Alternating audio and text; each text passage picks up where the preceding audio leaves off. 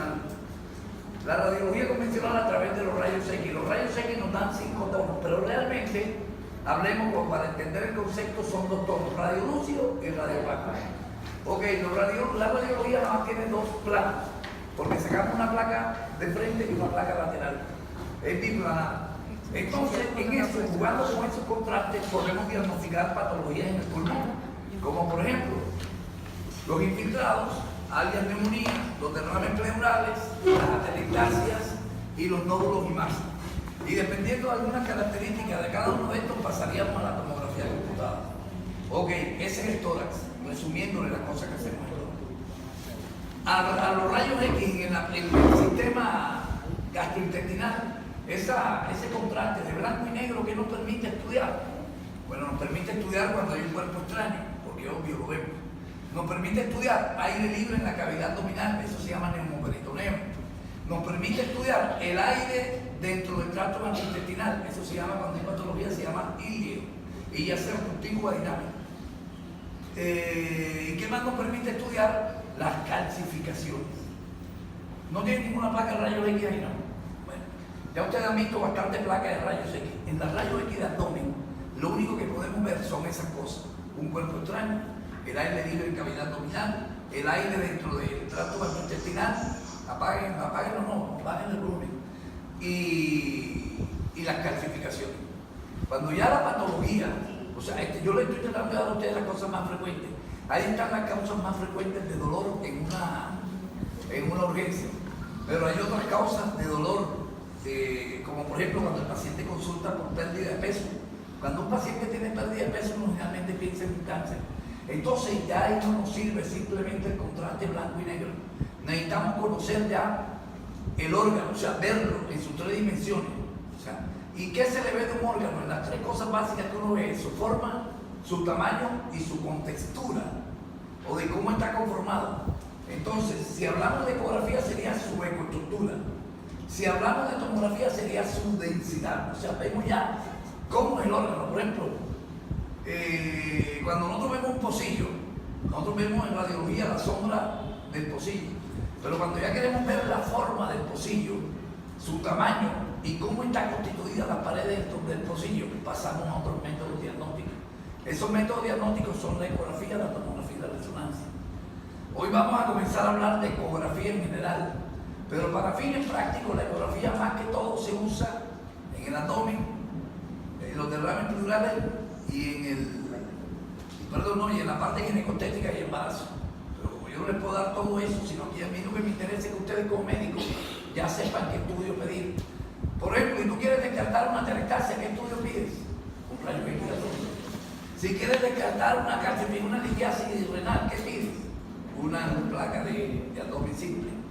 Entonces, ahora lo que les vamos a tratar de enseñar, primero el concepto general de la ecografía y posteriormente cuándo ustedes van a pedir una ecografía. Ok, que les vamos a dar unos conceptos básicos que ustedes lo requieren como médicos. Porque si a ti te informan, hay radiólogos de radiólogos, pero por ejemplo, como ustedes casi nunca nos ponen datos clínicos, entonces piden una ecografía abdominal y te encuentran unos cálculos. Como el médico general que pide el estudio nunca me pone descartar litiasis, que es lo obvio, lo que ustedes que pasaron por aquí tienen que hacer, decirle al médico general un dato clínico.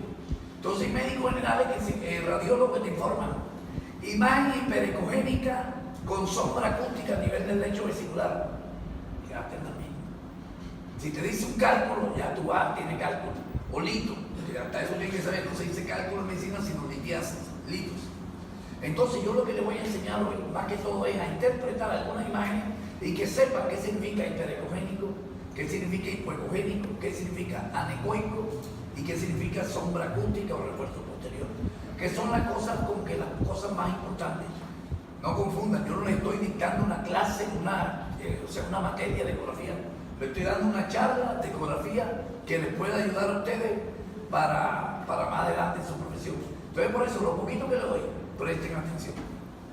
Bueno, buenas tardes. El día de hoy, como en la introducción que hizo el doctor, vamos a hablar sobre un poco de la generalidad de la ecografía, principalmente enfocándonos en la parte abdominal. Vamos a hablar un poco sobre la etiología, el instrumento como tal para llevar a cabo la ecografía, cómo deberíamos hablar sobre las imágenes, los tipos de imágenes, los tipos de corte, ciertos órganos blandos, tejidos blandos que vamos a visualizar más adelante en trayectoria de la diapositiva. Ok, ¿tu nombre es? Anderson Cuba. Anderson, bueno, Anderson acaba de decir una cosa importante, porque yo le voy dando tips como para que ustedes vayan enganchando. Cuando son órganos, ¿cómo se dice? Vacíos, no, órganos huecos, vísceras huecas. Vísceras huecas que entendemos, el esófago, el estómago, el ilio, el colon, esas cosas, vísceras huecas, generalmente sirven los rayos X. ¿Por qué? Porque esas vísceras huecas están llenas de aire. Entonces el contraste entre los radiolúcidos del aire con los radioopacos de los tejidos blandos nos va a permitir alguna cosa. Pero grábense que la ecografía más que todo es para órganos sólidos, porque la ecografía se basa en un ultrasonido que choca y dependiendo de la solidez del órgano nos va a devolver una cantidad determinada de ultrasonido que nosotros vamos a registrar a través de un aparato. Entonces el ultrasonido más que todo es para órganos sólidos. ¿Cuáles son los órganos sólidos en el abdomen? Hígado, páncreas, vasos, riñones, útero, ovarios y las partes musculares, próstata. Y además de ver el órgano sólido, nos permite ver líquido en la cavidad abdominopélvica. Entonces, eso se lo doy como un tip para que no se lo olvide. La ecografía, más que todo, para órganos sólidos y para ver líquido en la cavidad abdominal. Si tú quieres ver aire en la cavidad abdominal, ¿qué estudio pides? ¿Un qué? Un rayos X. Y si quieres ver líquido en cavidad abdominal, una ecografía. ¿Por qué la ecografía no sirve para los gases? Porque ya les he dicho mil veces el ejemplo, que los gases no transmiten bien un ultrasonido. El líquido lo transmite preciso, como si estuvieran todos ustedes pegados y se pegaran. Lo transmite porque las moléculas están cerca, pero lo transmite súper bien. Pero el gas es como si ustedes estuvieran separadas y el golpe no es lo mismo. Entonces no lo transmite bien. Por eso, para valorar gas, no nos sirve el ultrasonido. Por eso el otro día me estaba mostrando una vaina ahí de un nuevo ecógrafo, ahorita lo vamos a ver, que para el pulmón el ultrasonido es difícil, a menos que dentro de ese pulmón hay una consolidación, o sea que si una neumonía muy espesa, organizada y consolidada, la vamos a poder ver porque esa neumonía me devuelve líquido, pero de lo contrario, donde hay aire, métanse en la cabeza, no sirve la ecografía. Bueno, daremos inicio. Como método general o una introducción como tal, vamos a definir qué es la ecografía. Bien, la ecografía es una prueba diagnóstica a través de la cual se emplean ondas sonoras de alta frecuencia que nos van a permitir visualizar lo que son estructuras o determinadas estructuras dentro del interior del cuerpo y que no se pueden visualizar directamente. La ecografía es una herramienta asequible, portátil y potentemente eficaz. ¿Para qué? Para diagnosticar todo derrame de la presencia o ausencia de líquido abdominal. Cabe resaltar que la ecografía, también denominada lo que es ultrasonografía, ultrasonido, sonografía, estos son estudios portátiles que actualmente, a medida de toda esta evolución, de estos procesos, son cambios que se han dado en todo estos procesos de evolución de la medicina, se han denominado que en toda unidad de cuidados intensivos, en toda urgencia, debería tener un ecógrafo. ¿Y por qué? Ya que es manejable, es asequible, es fácil de manejar, entre comillas, es portátil y pues sirve para diagnosticar. ¿Cuesta un año? Sí, y es bastante. Y sirve para diagnosticar lo que es traumas abdominales, cualquier trauma, derrames pleurales, entre otros. Mira, la idea es que hoy en día la formación médica va camino a. Hay una cosa que se llama ECOFAS. ECOFAS es que ustedes tienen. Así como hay gente que no se no nos dice, y tenemos un Doppler a la mano, un aparatico que nos permite ver si el bebé está vivo o muerto, eso lo aprende a manejar el médico general. Al paso que vamos, el médico general va a terminar manejando también el ecógrafo, pero no para que haga ecografía y de ahí se me informe, sino para que a ustedes les sirva como una ayuda diagnóstica, así como el esteto, como van evolucionando las imágenes. Yo creo que en 10 años todos ustedes van a tener que estar manejando un ecógrafo para descartar las cosas más importantes. Por ejemplo, ver la frecuencia cardíaca en un niño, en un embarazada. Esta mañana me toca a mí que me estaban llamando y yo dije, pero llamen aquí en Ecotetra. Y yo no quería seguir ecografía ginecológica porque eso es lo que más aburre, la de la obstetricia, porque es la misma vaina de la cabecita, ¿verdad? Bueno, entonces yo le dije, no lo hago. Entonces, cuando la médico me dijo, doctor, es que no se le siente un latido cardíaco, le dije, bueno, súper, no pierdo un minuto. Papá, justo el embarazo gemelar no tenía latido cardíaco. Eso lo puede hacer o lo va a tener que hacer un médico general ya. Ustedes van a estar en capacidad, no de ver el DBP y medir una cantidad de nada, pero los latidos cardíacos, ustedes se van conmigo una semana al consultorio y a la semana ustedes ya están viendo los latidos cardíacos.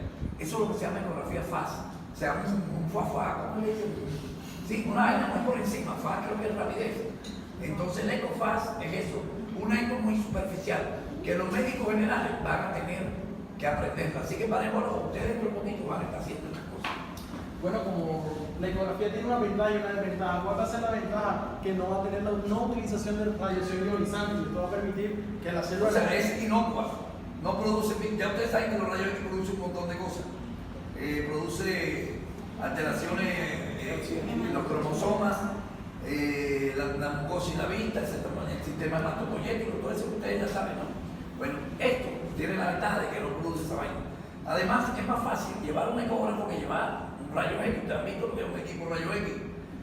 Quien anda con esa vaina y cambia el ecógrafo es más fácil, es más manejable, es más chiquito. Y según Anderson, que ayer me puso, ya el celular, a través de una aplicación, así que lo vamos a conectar y con un traductor especial, más bien y yo le pongo y ahí la ecografía. Y eso que él dice no es mentira. Eso va a ser ya. Esto es mañana, no está dentro de 15 días, dentro de 15, 20 años. El mañana es antes de que termine usted la carrera, probablemente ya están manejando eso. Bueno, las desventajas como tal que van a derivar de la carrera, de la barrera acústica del gas intestinal, las heridas de la pared abdominal y de la obesidad. Pero te repíteme eso último. Las desventajas como tal de la ecografía que van a que unos obstáculos que no le permite una buena toma ecográfica viene siendo lo que es la obesidad, las heridas de la pared abdominal, un trauma que es completamente en la parte superficial, que no puede colocar ni siquiera el transductor. Una herida grandota. Una herida grandota. Pero acá hay dos cosas básicas. Vean, el gas. Entonces esto tiene que ver mucho con la preparación de la ecografía, las condiciones para hacer una ecografía abdominal. Primero, que el paciente esté en ayunas. ¿Por qué? Porque vamos a evitar la presencia de gases. Mínimo una ayuna de 4 a 6 horas para evitar la presencia de gases. Y segundo, cuando ya hablamos de un órgano determinado como es la vesícula, que es una de las consultas más frecuentes por dolor abdominal, ya que el cálculo biliar en nuestro medio es de las cosas más frecuentes, es para evitar que la vesícula se contraiga. Pues cuando nosotros comemos y el bolo alimenticio llega al antro duodenal donde se une el antro pilónico con el duodeno, hay una vaina que se llama esfínter de Oddi. El esfínter de Oddi que llega al colédoco y que traslada al colédoco sales biliares. Pero la vesícula de que está llena de sales biliares. Las sales biliares son como el aceite de la digestión. Entonces cuando tú comes, ¿qué hace la vesícula? Que normalmente está así, ¡pam!, se colapsa. Y si dentro de esto hay un cálculo y esto está colapsado, yo no lo voy a poder ver. Pero pongámosle sentido común. Estas condiciones son para cuando un paciente requiere, se le puede dar, sobre todo cuando va a una ecografía de vesícula, tú insistes en que esté en ayunas, porque no vas a ver la vesícula. Pero los gases y el otro que es la obesidad, cuando uno está haciendo una ecografía ñarda, viene un paciente gordo por allá, todo el mundo se lo quería pasar para el consultorio del lado, porque el obeso generalmente tiene mucho gas y tiene mucha grasa, y también sería como otra de las limitaciones de la ecografía.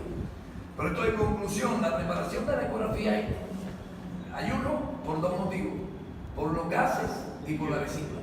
Ojo, si un paciente le acaba de sufrir un traumatismo y a ti lo que tú vas a descartar es un hemoperitoneo, o sea, líquido en la cavidad abdominal, tú no te vas a poner a decirle al médico, no, llévemelo, tráigamelo dentro de 6 horas, porque ese paciente se te muere.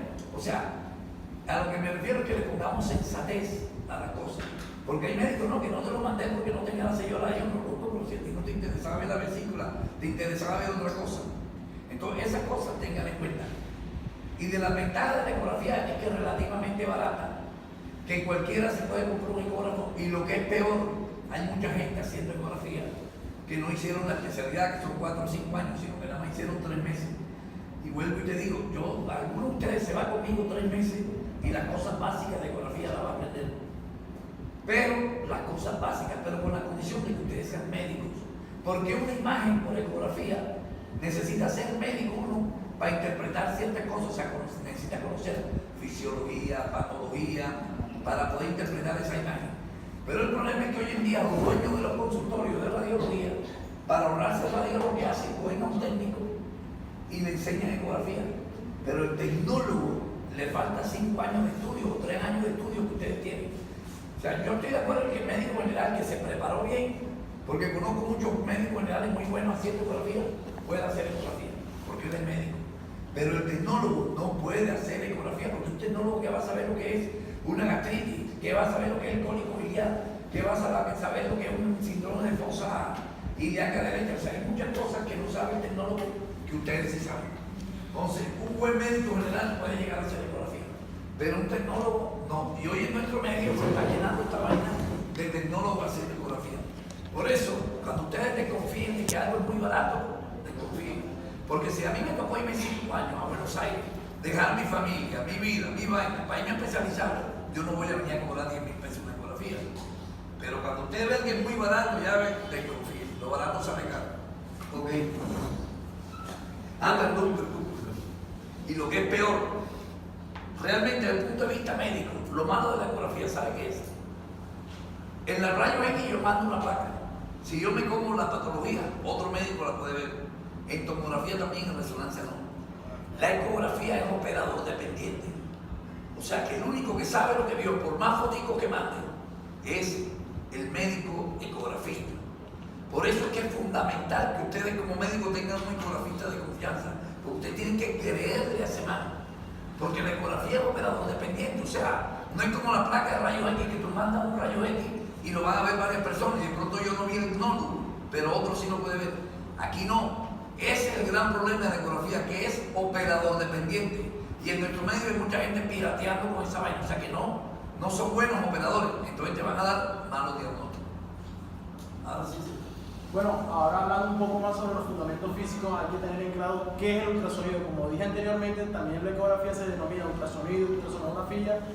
Y hablamos ahora que es el ultrasonido. El ultrasonido se define como una serie de ondas mecánicas originadas por las vibraciones de un cuerpo elástico. En este caso vienen siendo los cristales piezoeléctricos, que más adelante lo estaremos tratando. Y propagados por un medio, en este caso vienen siendo los tejidos corporales. Cabe resaltar que lo audible en el ser humano es de aproximadamente de 20.000 hercios, de 20 hercios o 20.000 kilohercios. Aproximadamente lo que utiliza la ecografía o el ecógrafo como tal, aproximadamente de 5 a 15 milihercios aproximadamente. Algunos ecógrafos utilizan de 5 a 20 milihercios. Eso va dependiendo de la tecnología que vaya avanzando. Básicamente el ultrasonido... Pero fíjate, ayer no nos quedó claro ese concepto. Normalmente el oído humano, ¿hasta cuánto escucha? De 20 hercios a 20.000 hercios. Okay. El ultrasonido es un sonido que tiene más de 20.000 hercios. Por eso se llama ultrasonido. O sea, normalmente nosotros escuchamos hasta 20.000 hercios. El ultrasonido es un sonido, por eso se llama ultrasonido, porque está por encima de 20.000 hercios. Entonces son 500 o 1000 veces más de lo que pasa es que el ultrasonido también tiene... Ustedes han escuchado que se han lesionado jugando fútbol, que no, que le van a poner ultrasonido a ese paciente. Hay diferentes intensidades de ese ultrasonido. Hay un ultrasonido terapéutico, que es el que usan las fisioterapeutas, ¿no? Que la lesión te pusiste ultrasonido y actúa como antiinflamatorio. Pero normalmente el que usamos para la medicina, para fines diagnósticos, es por encima de 20.000 Hz. Los métodos de estudio del ultrasonido vienen siendo la frecuencia, la velocidad de propagación, el ángulo de isonación, la penetración del tejido, la reflexión y refracción y atenuación. Aquí le quise traer a la colisión los fundamentos físicos, algo muy general de... ¿Por qué? Porque simplemente si alguno de estos procesos no se llevan a cabo adecuadamente, la ecografía no está bien tomada. ¿Por qué? Hombre, principalmente, como leí anteriormente, la frecuencia o la unidad de medida que utiliza el ecógrafo es en hercios, bien. Entonces, la frecuencia que va a medir el sonido y se refiere a los cambios de presión. Perdón, Alexander, Anderson.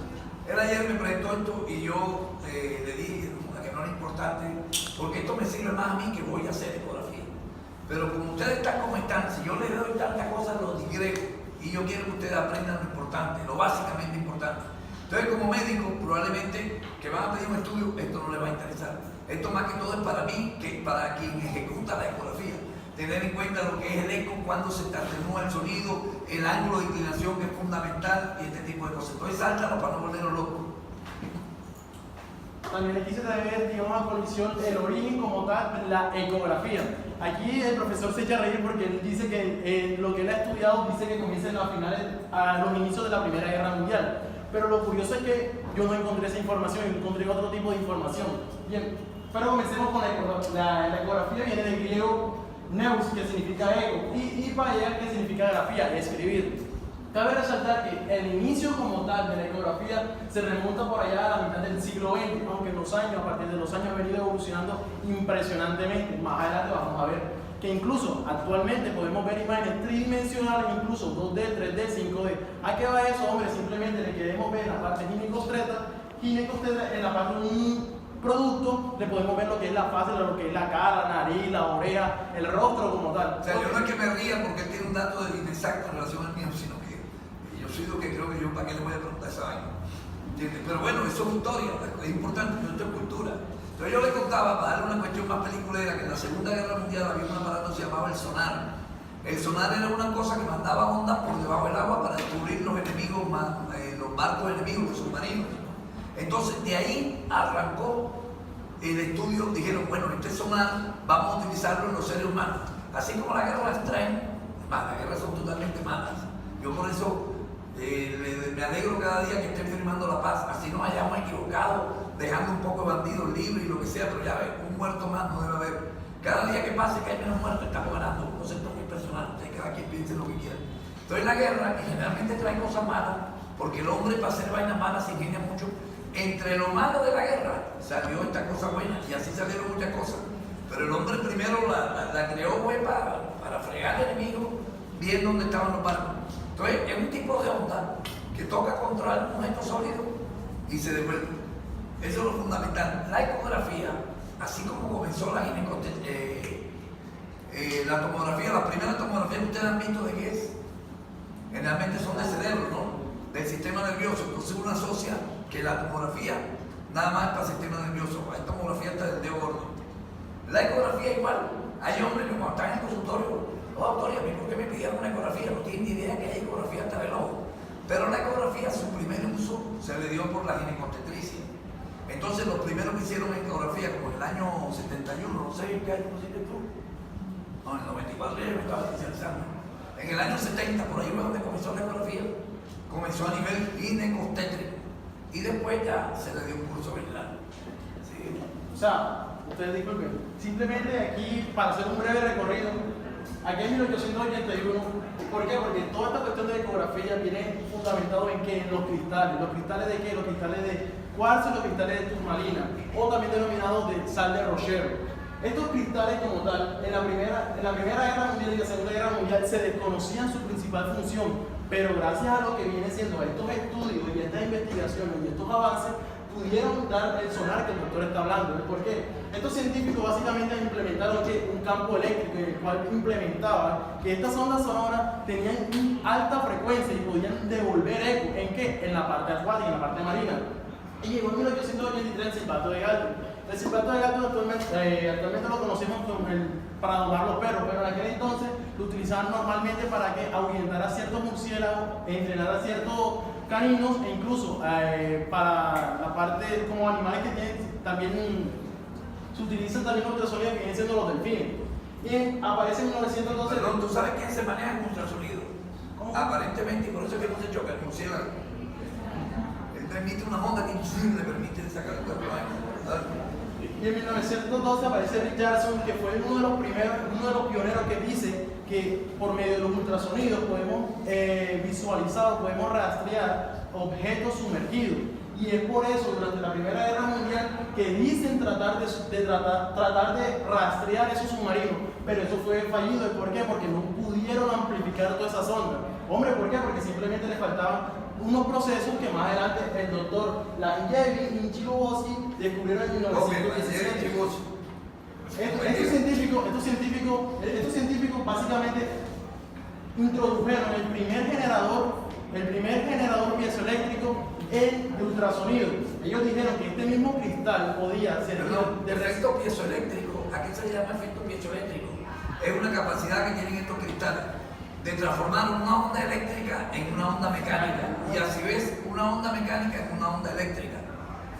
¿Qué quiere decir? Pues nosotros conectamos el ecógrafo a una vaina eléctrica. Entonces, lo que yo le mando, cuando llega el traductor al cosito piezoeléctrico, la corriente eléctrica me la convierte en un ultrasonido. ¿qué es lo que yo le mando al cuerpo? El cuerpo choca contra un órgano, imagínense tú que el hígado fuera un submarino, va, choca y me lo devuelve. Y a su vez entonces ese eco que me devuelve, que es mecánico, yo vuelvo y lo convierto en onda eléctrica. Y esa onda eléctrica es la que entra al ecógrafo y después me va a dar la imagen. Entonces el efecto piezoeléctrico no es más que aquello que permite cambiar un tipo de energía por otra. ¿Y quiénes tienen el efecto piezoeléctrico? Los cristales de cuarzo. Por eso que el computador nunca se le ocurra tirar al piso o que se le caiga el traductor, porque en la punta están los cristales de cuarzo, que son los que cuestan un billete. Y ya para lo que viene siendo en 1929 aparece el CERN Sokolov, el cual propone que estos cristales deberían utilizarse para lo que es la microscopía. Y de ahí en adelante comienzan con fines médicos. Pero ya al final, en comienzo de 1939 y 1945 aparece la Segunda Guerra Mundial, que de ahí comenzaron a surgir lo que lograron amplificar esas ondas sonoras y comenzaron el famoso sonar, el radar ese que el doctor estaba hablando anteriormente. Y posterior a eso comenzaron a sufrir fines médicos. Pero uno de los principales ponentes o representantes es este doctor Carl Dusing, que en 1942, tratando de rastrear tumores cerebrales, descubrió la parte de los ventrículos por la refracción de esos mismos ecos. Porque los ventrículos tienen líquido. Denominó esa refracción de esos mismos líquidos, denominó hiperfonografía del cerebro, que simplemente decía que dentro de los ventrículos hay líquido, y eso se le denominó eso. Entonces, en 1947, el doctor Douglas Houry comenzó a examinar lo que el doctor había planteado, pero en la parte superficial, es decir, ya comenzamos a ver allá en una parte lineal, la parte superficial. Más adelante les estaré hablando de los tipos de transductores. Y para 1949 aparece la técnica de eco pulsado, la publicación, la primera técnica de eco pulsado, que básicamente se va a evidenciar que los cálculos renales u cualquier otro objeto extraño. Y ya en 1951 aparece la aparición de ultrasonido compuesto. Este ultrasonido compuesto no es más que un transductor de alto calibre. ¿En qué sentido? Emite un haz ultrasónico, varios haces ultrasónicos en un solo sitio específico, y lo que le permite dar una buena visualización en un monitor como tal. Ahorita les explico el proceso como tal detalladamente. Y entonces en 1952 aparece el doctor Dr. Bills, que aparece las primeras imágenes bidimensionales de un antebrazo in vivo, es decir, comienzan ya a tomar la radiografía superficial, ecografía superficial. Y aparece en 1957 el doctor Donald, que es denominado el papá de la ginecobstetra. ¿Por qué? Porque simplemente cuando ese doctor comenzó a recorrer toda esta información, comenzó a darle ciertos aportes a lo que, hombre, simplemente si le colocamos una ecografía en la parte abdominal, vemos a ver que aparte de los órganos o los tejidos blandos, vamos a ver que hay otros tipos de tejidos blandos y hace unos ecos completamente distintos, que le denominó ecografía ginecobstétrica. Y también denominó lo que viene siendo dividió los trimestres, o sea, primer trimestre, segundo trimestre y tercer trimestre del embarazo, y podía ver la formación del feto. Y en 1994 el doctor Gonzalo Díaz ya propuso como tal el diagnóstico definitivo, sí, diagnóstico preferencial de una ecografía como tal, dándolo esto a color. Todo eso es cultura. Eso es un término general. ¿Cuándo mandar una Por eso ecografía? se levanta una novia. ¿Cuándo mandar una ecografía? La novia que le guste el hombre inteligente.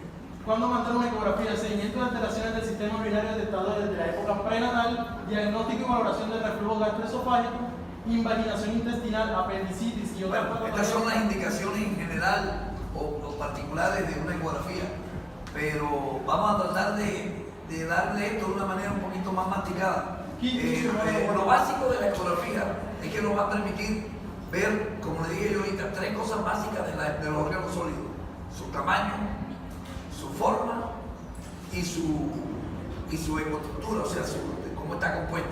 Por eso cuando uno habla de ecoestructura, el hígado, uno que dice, es muy forma normal, de forma, tamaño, normal, punto, ya va, forma y el tamaño. Tercer ítem, ecoestructura.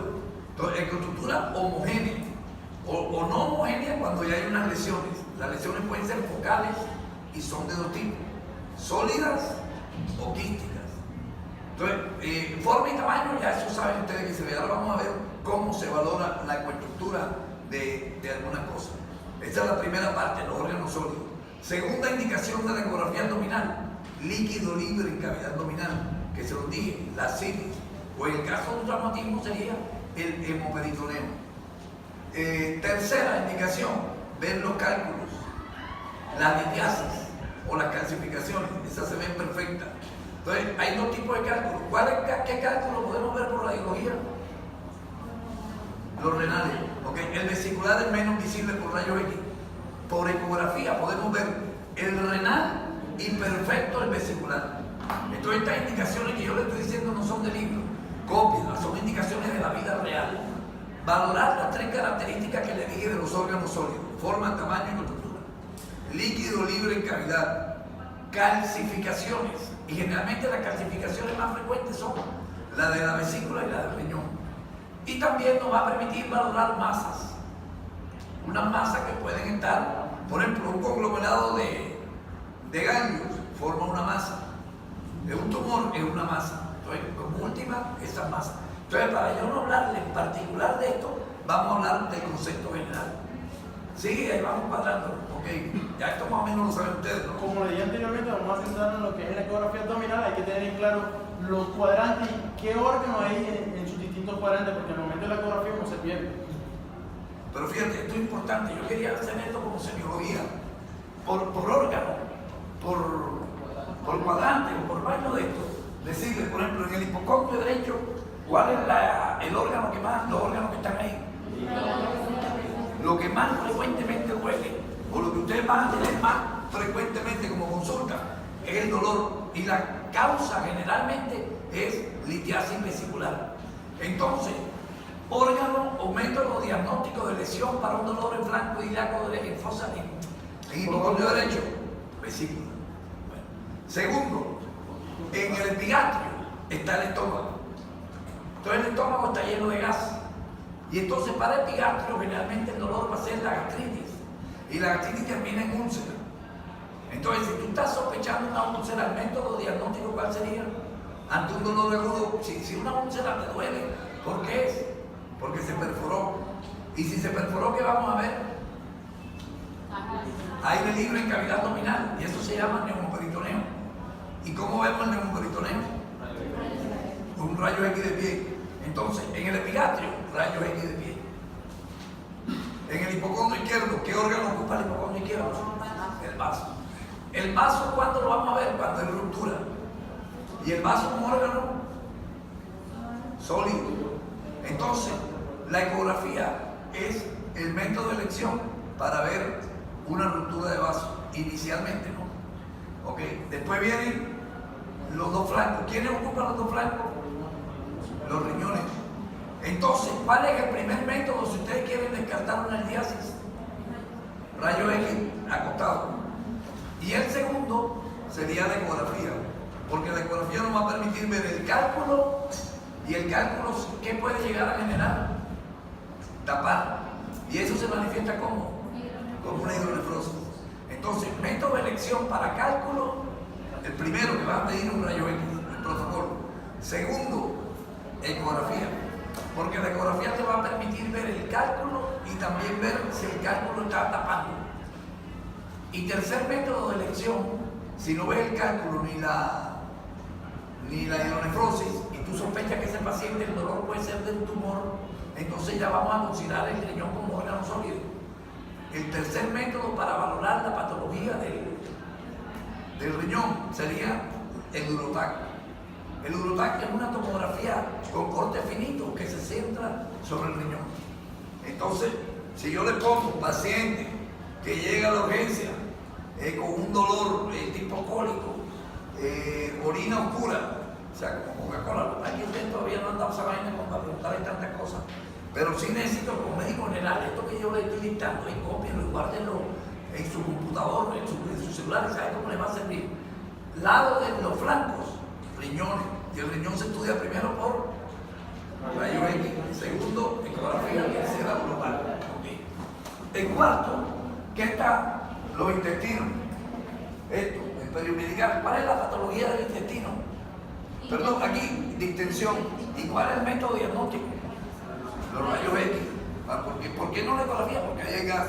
Entonces, por el dolor acá, realmente lo que primero tenemos que pedir sería un rayo X de abdomen de pie o acostado. acá ya les dije, la fosa ilíaca derecha. ¿Quién está en la fosa ilíaca derecha? El apéndice. El apéndice se ve por ecografía hasta los 5 años de edad. Cogien esto y grábenselo. Hasta los 5 años de edad vemos el apéndice. Después de los 5 años de edad, ¿quién está por delante del apéndice? Aquí vendría el colon, o sea, el ciego. ¿Y el ciego está lleno de qué? De gas. Y el gas no se va a permitir ver el apéndice en las personas mayores. Entonces ustedes dirán, ¿por qué le piden una ecografía a un paciente que sospecha apendicitis? Eso se lo pregunto todos los días a los internos, se quedan mirando así. Pero primero que todo, para llegar a esto me toca repetirles. ¿Dónde está el apéndice? En la fosa ilíaca derecha. ¿Quién está por delante del apéndice? El colon, el ciego. ¿De qué está lleno el cielo? De materia fecal. ¿Y qué más? Gas. Bueno, ¿eso qué hace? Impide que el apéndice se vea. Entonces, ¿por qué pides una ecografía ante una sospecha del apéndice? En un niño menor de 5 años la puede ver, pero si es mayor de 5 años, no es para ver el apéndice, sino que hay muchas patologías que producen dolor en esta zona. Sería el cálculo renal bajando, entonces tú pides una eco, es más bien no para ver el apéndice, sino para descartar que no sea un cálculo. Y la patología que está en el hipogastro, ¿quién está en el hipogastro? El útero con los ovarios. Entonces, para descartar que no sea una patología ovárica, o sea, que no sea una torsión de quiste de ovario, un folículo roto, o sea, es para descartar, generalmente la ecografía se pide, es para descartar que no sean otras patologías. ¿Les quedó claro el concepto, no? En la gente, en los niños mayores de 5 años, menores de 5 sí se puede ver la apéndice. Mayores de 5 es para descartar que no sea un cálculo renal o una patología ginecológica. O podemos llegar a ver un signo indirecto de apendicitis, pero es como cuando ya se rompió hace rato, sería una peritonitis, entonces veríamos líquido libre en esa zona. Pero realmente el apéndice, si yo le pregunto el método de elección para el apéndice, primero el diagnóstico de apendicitis clínico, o sea, el médico tocando, la experiencia del médico. Segundo, le piden un hemograma. Dolor aquí con leucocitos altos, ya tú puedes diagnosticar el apéndice. Pero desde el punto de vista de imagenología, ojo con este concepto que le voy a dar, tú no es que le vas a pedir una tomografía a todas las posibles apendicitis. Pero si hay un método diagnóstico que te muestra perfecta el apéndice, es el TAC. Entonces, ojo, si le pregunto cuál es el método de elección o que mejor me muestra el apéndice, es el TAC. En los libros te van a mostrar apéndice, pero apéndice de libro, que nada más la ven ellos. Pero en la vida práctica es el TAC. Si tú estás ante la duda de que si es un apéndice o no, por ejemplo, el leucocito te da 11.000, el dolor no es muy claro, pide una tomografía computada. Bueno, antes pide una eco, pero si le pide una eco, ¿para qué sería? Para descartar otra patología que se asemeje, que nos genere dolor ahí. Pero si ya tú le sigues doliendo, ya sabes que no es un cálculo, ya sabes que no es un quiste, ya le pides el TAC. Y del lado izquierdo, ¿cuál es la frecuencia? Bueno, mesogastrio, hipogastrio, ya saben, ginecostétrico. Y para ginecostétrico lo mejor es la ecografía. Y el dolor más común